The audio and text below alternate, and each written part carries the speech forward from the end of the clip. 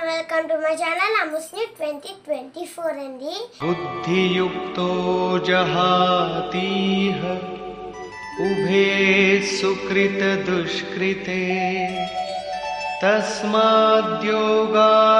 యుజ్యస్వ యోగ కర్మసు కౌశలం.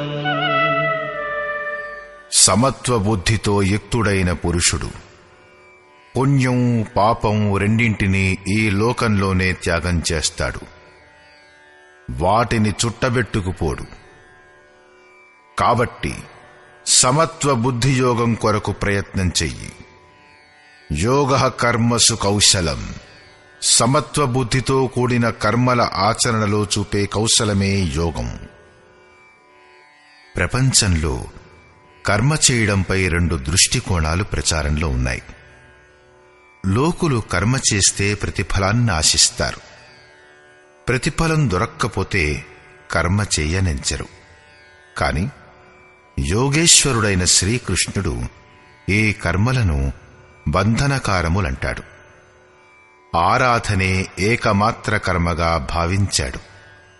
ఈ అధ్యాయంలో అతను కర్మ పేరు మాత్రం చెప్పాడు.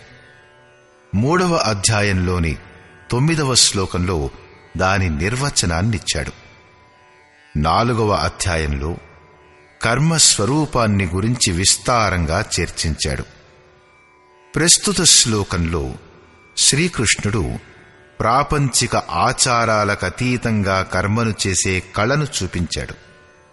కర్మను చెయ్యి, శ్రద్ధాపూర్వకంగా చెయ్యి, కాని ప్రతిఫలంపై అధికారాన్ని స్వేచ్ఛగా వదిలేయి. ప్రతిఫలం ఎక్కడికి పోతుంది?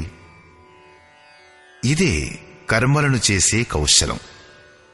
నిష్కామ సాధన యొక్క సమగ్ర శక్తి ఈ ప్రకారంగా కర్మలోనే ఇమిడి ఉంటుంది. ఆరాధన కోసమే కదా ఈ శరీరం ఉంది.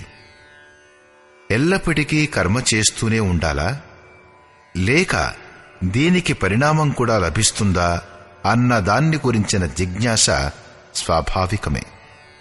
దీని గురించి ఆలోచిద్దాం.